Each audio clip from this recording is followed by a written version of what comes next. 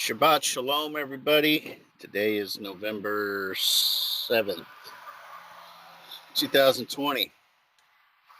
And the Torah portion for this week is one of my most favorites, vayera.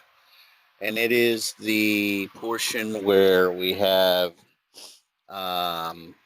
Abraham negotiating with, it's funny. It's a funny episode. It's a funny Torah portion.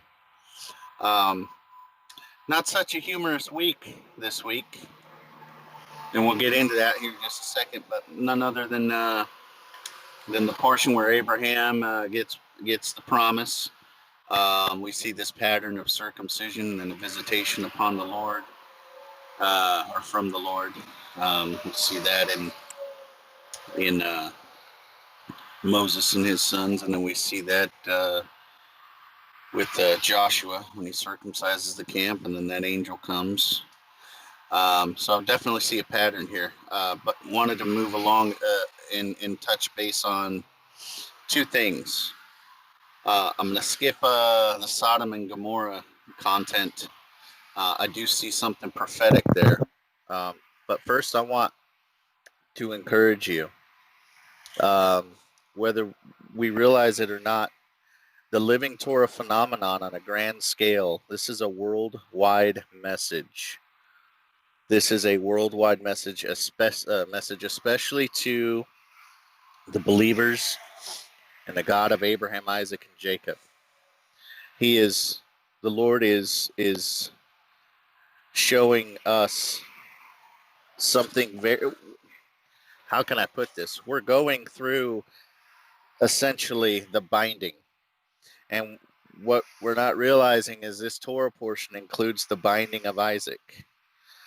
And with the state of our nation right now, it is no coincidence.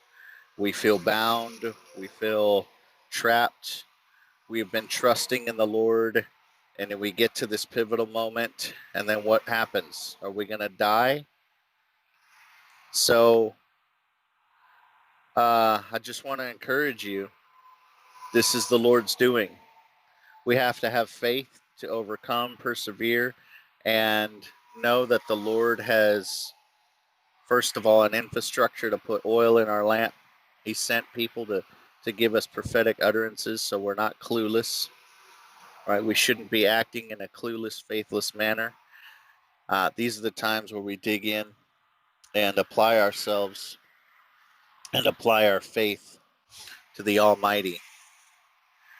And with that said, this other message regarding this binding of Isaac is he's wanting to get the believers on base with his Torah, his word, because he will not come back void, and he will accomplish what he set out to do. And of course, we are going to have the apostate Christians, apostate believers. For whatever reason, they've heard the case. They've seen the evidence. They've read it for themselves. They just will not pull out of the Christmas and Halloween and Easter.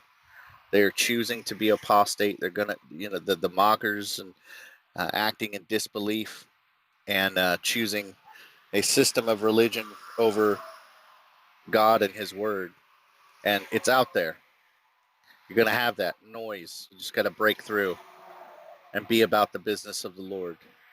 And so, speaking of circumcision, which is in this Torah portion, there's a circumcision of the heart that's required, and it hurts. And when I talk about these holidays, these pagan rituals and holidays, it does get you at the heart. It got me. It gets anybody. People rise up to try and defend this stuff, and it's not of God. What Thessalonians Paul's talking about, don't waver from the traditions that we've spoken to you or written to you. Well, I mean, there is no Christmas, there's no Easter, there's no Halloween, there's only the feast of the Lord. Paul said it himself. You could read it in Thessalonians. Look, and that raises up an issue in people. I understand, and so we got to take baby steps to overcome and pull ourselves out of these things. And so, just also wanted to touch base on I don't know if you guys see it, but there's a 10 by 10 square mile area called DC, and it has properties, and its properties are designated as its properties by a zip code. Okay, now if you are, following along here in this rule of 10 scenario, one of the ways I'm seeing how the adversary is mocking God, wanting to steal, kill, and destroy in this 10 by 10 square mile area, there's one more 10 completion. And so he wants to do away with the other 10. And I'm sure there's more than 10 righteous in all of its properties.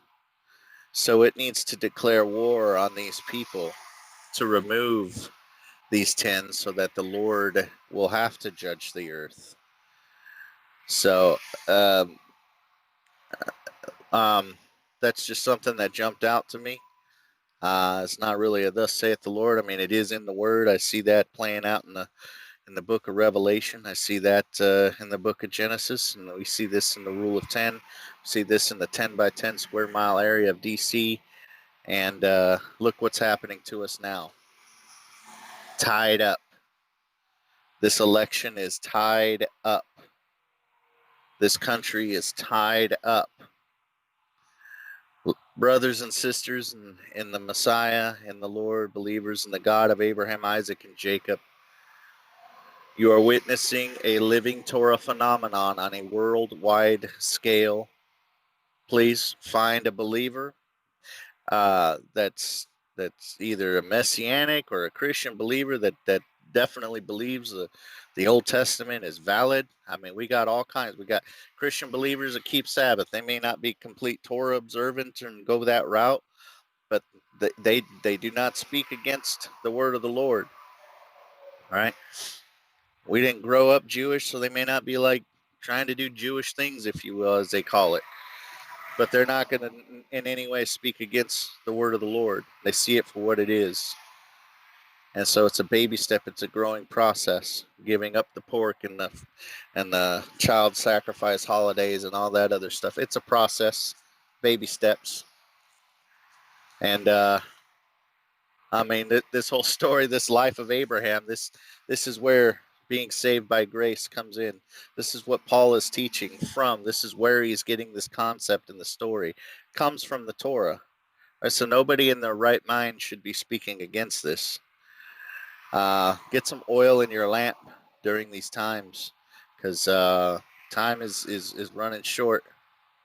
Time is running short, and on a worldwide scale, this has happened quite a few times already. On a worldwide scale, we're having living Torah phenomenon, and it's just a matter of time before we're into some biblical events that are specific to the end of the age. So may Yahweh bless you and keep you. May cause his face to shine upon you and be gracious to you. May he lift his countenance upon you and give you peace. Amen. God bless. Baby step it.